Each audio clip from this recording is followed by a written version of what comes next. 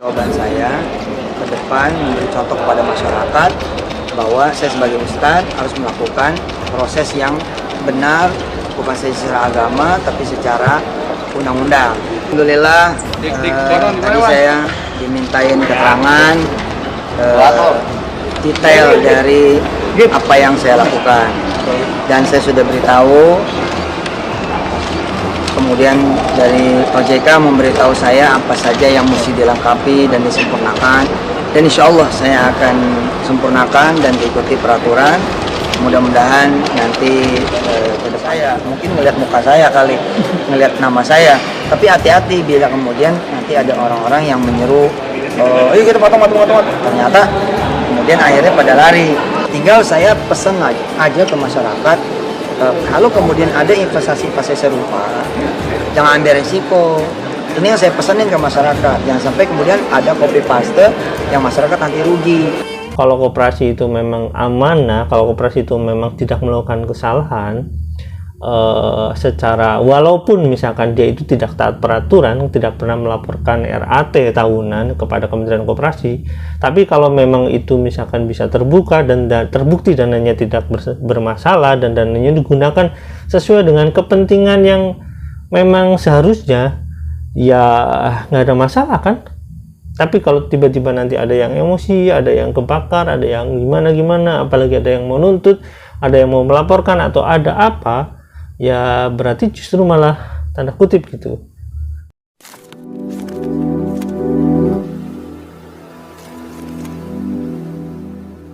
Assalamualaikum warahmatullahi wabarakatuh. Welcome back to my channel Detektif D. Ya teman-teman, seperti yang kita ketahui kemarin, bahwasanya saya berbicara kepada ya korban dalam tanda kutip patungan usaha, yaitu ya di sana di wawancara yang kemarin itu saya berbicara bahwasanya patungan usaha itu secara ya deregulasi itu menjadi koperasi. Nah, semua itu sebenarnya dimuat di media dan ada sih sebenarnya kenapa itu beralih ke koperasi. Itu sebabnya ada teguran dari OJK.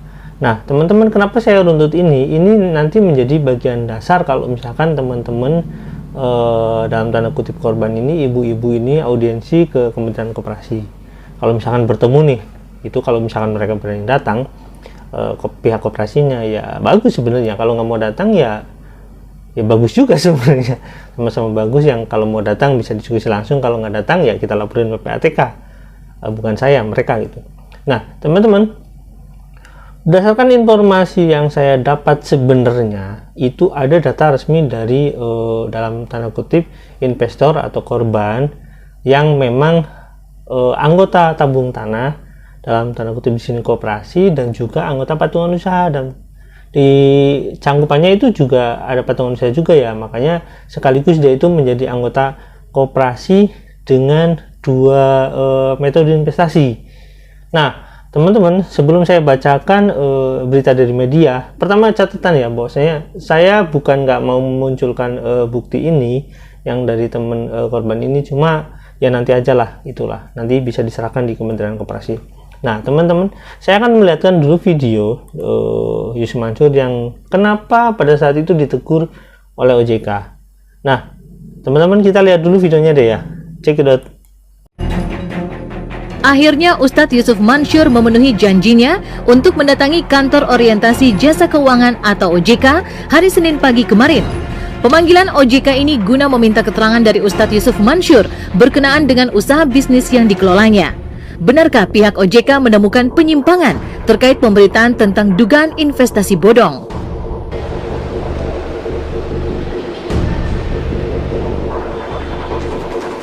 Ini kan prosesnya bermasalah, kurang sempurna di soal pengumpulan dana masyarakat.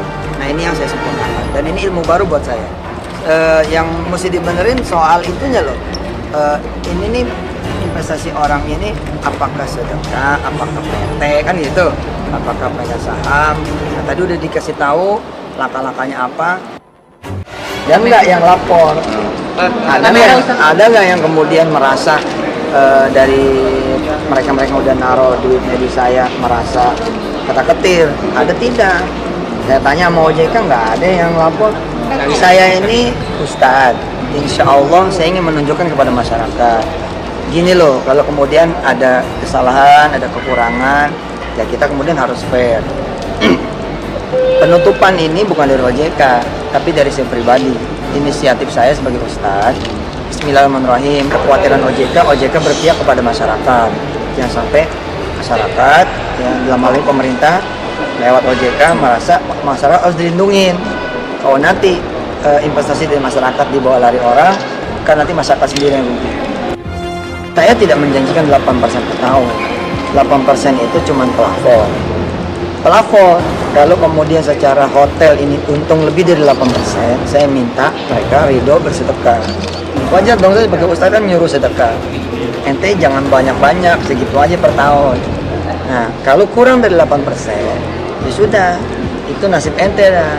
Tapi masa iya ini hotel buat jemaah umroh, haji, masa nggak laku? Insya Allah pasti laku. Dikembalikan, sebenarnya kan yang rugi si jamaah sendiri. Kan hotelnya udah jadi. Kalau emang mau dikembalikan, kita siapa aja. Banyak kok yang mau gantiin.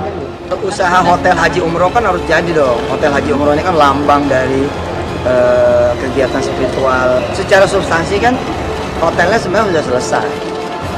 Udah artinya kalau mau dilanjutkan bisa pakai skema perbankan biasa. Tinggal pertanggungjawaban saya ke depan memberi contoh kepada masyarakat bahwa saya sebagai ustadz harus melakukan proses yang benar, bukan secara agama tapi secara undang-undang. Alhamdulillah tadi saya dimintain keterangan detail dari apa yang saya lakukan dan saya sudah beritahu. Kemudian dari OJK memberitahu saya apa saja yang mesti dilengkapi dan disempurnakan, dan insya Allah saya akan sempurnakan dan ikuti peraturan. Mudah-mudahan nanti ke depan lebih bagus lagi. Di Madinah Mekah nggak ada, tapi saya juga nggak membantah. Mudah-mudahan. Masa kalau sama Malaysia cuma 2 jutaan jemaah umrohnya, ya jemaah hajinya punya tuh hotel di Mekah. Lagi itu 200 juta ya orangnya, terus setiap tahun sebanyak itu nggak punya jemaah haji yang sebanyak itu. Selama ini terima kasih udah naruh di saya, mungkin ngelihat muka saya kali, ngelihat nama saya. Tapi hati-hati bila kemudian nanti ada orang-orang yang menyeru, ayo kita potong. Ternyata kemudian akhirnya pada lari. Tinggal saya pesan aja ke masyarakat, kalau kemudian ada investasi serupa, jangan ambil resiko. Ini yang saya pesanin ke masyarakat, jangan sampai kemudian ada copy paste yang masyarakat nanti rugi.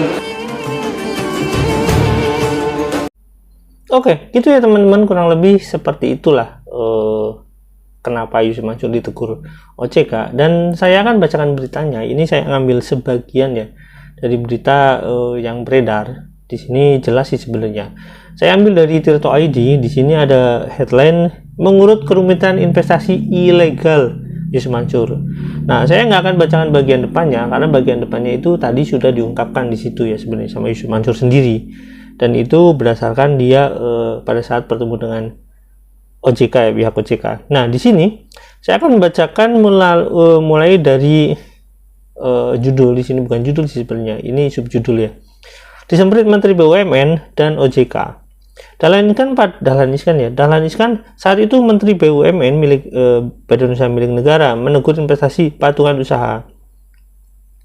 Dahlan menyarankan Yusuf Mansur sebaiknya membuat non-listed public company, perusahaan publik yang sahamnya tidak diperdagangkan di lantai bursa.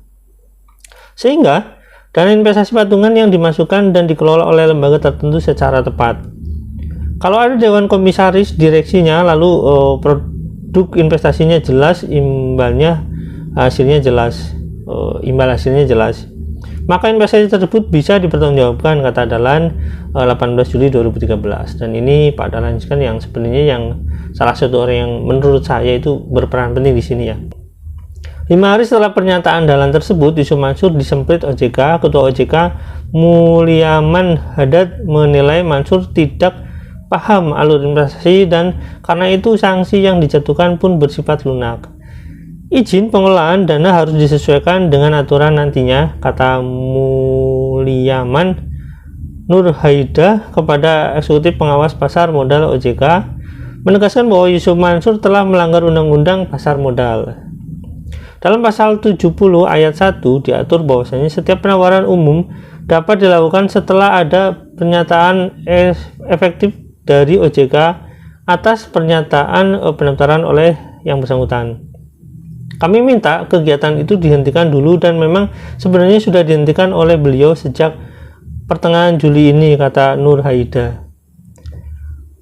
Nur Haida menerangkan penghimpunan dana melalui penawaran umum ialah kegiatan menghimpun dana masyarakat kepada 100 orang lebih atau dibeli oleh 50 orang lebih. Pengumuman melalui website patunganusaha.com, media massa, dan lainnya juga merupakan penawaran umum.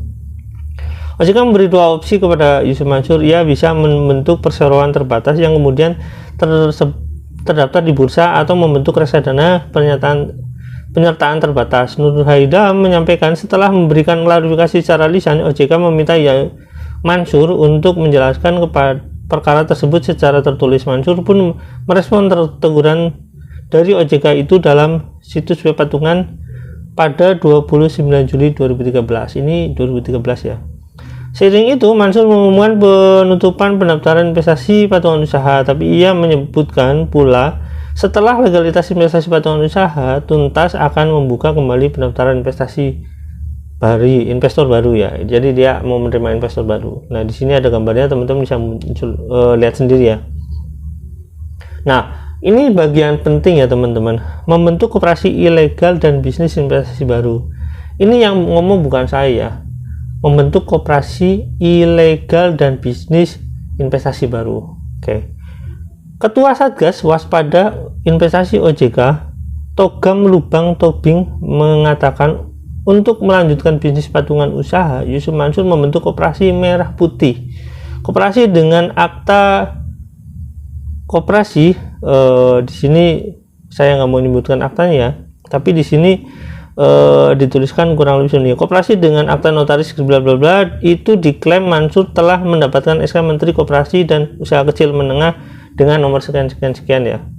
Beliau inisiatif mengumpulkan dana patungan dari masyarakat untuk membangun kondotel itu dengan janji akan memberikan imbal hasil yang tinggi investasi, kata Tobing 10 Juli lalu.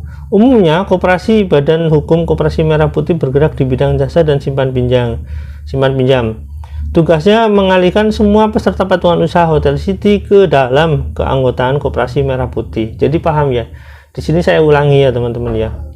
Tugasnya adalah di sini ada kan? Di sini saya ulangi ya teman-teman ya. Tugasnya mengalihkan semua peserta patungan usaha Hotel City ke dalam kegiatan Koperasi Merah Putih. Jadi peserta patungan usaha yang sudah ditarik investasinya pada saat itu dialihkan menjadi anggota koperasi. Jadi omongan saya nggak salah jadi teman-teman. Jadi nanti saya jelaskan mengenai runtutan kasusnya. Oke. Tujuannya supaya tidak bertentangan dengan ketentuan pemerintah soal penghimpunan dana masyarakat. Saat koperasi itu berdiri, Hotel City dalam proses perampungan bangunan yang dijanjikan beroperasi secara secepatnya. Pada investor akan menerima barang hasil hanya jika hotel sudah beroperasi dan mendapatkan laba. Oke, sampai di situ ya teman-teman. Jadi saya mau menjelaskan bahwasanya intinya adalah sesuai dengan yang saya omongkan, deregulasi yang misalkan dalam tanda kutip di media ini mengatakan bahwasanya koperasi itu ilegal. Ya, tapi tetap bahwasanya tujuannya adalah pengalihan daripada peserta patungan usaha menjadi anggota koperasi agar bisnisnya menjadi legal, seperti itu ya teman-teman. Jadi omongan saya tidak mengarang cerita. Lagi pula juga saya punya bukti yang menyatakan bahwasanya peserta patungan usaha itu juga mendaftar di koperasi. Oke, sampai di sini teman-teman. Mudah-mudahan teman-teman memahami kenapa koperasinya harus dituntut juga gitu, dan kenapa koperasinya kalau misalkan mereka tidak mau terbuka harus melaporkan keuangannya ke PPATK. Itu maksud saya teman-teman ya. Jadi tujuannya untuk apa? Ya kalau koperasi itu memang benar, kalau koperasi itu memang amanah, kalau koperasi itu memang tidak melakukan kesalahan, secara, walaupun misalkan dia itu tidak taat peraturan, tidak pernah melaporkan RAT tahunan kepada Kementerian Koperasi, tapi kalau memang itu misalkan bisa terbuka dan terbukti dananya tidak bermasalah dan dananya digunakan sesuai dengan kepentingan yang memang seharusnya, ya nggak ada masalah kan. Tapi kalau tiba-tiba nanti ada yang emosi, ada yang kebakar, ada yang gimana-gimana, apalagi ada yang mau nuntut, ada yang mau melaporkan atau ada apa, ya berarti justru malah tanda kutip gitu, tanda kutip perlu dicu, ya seperti itulah teman-teman.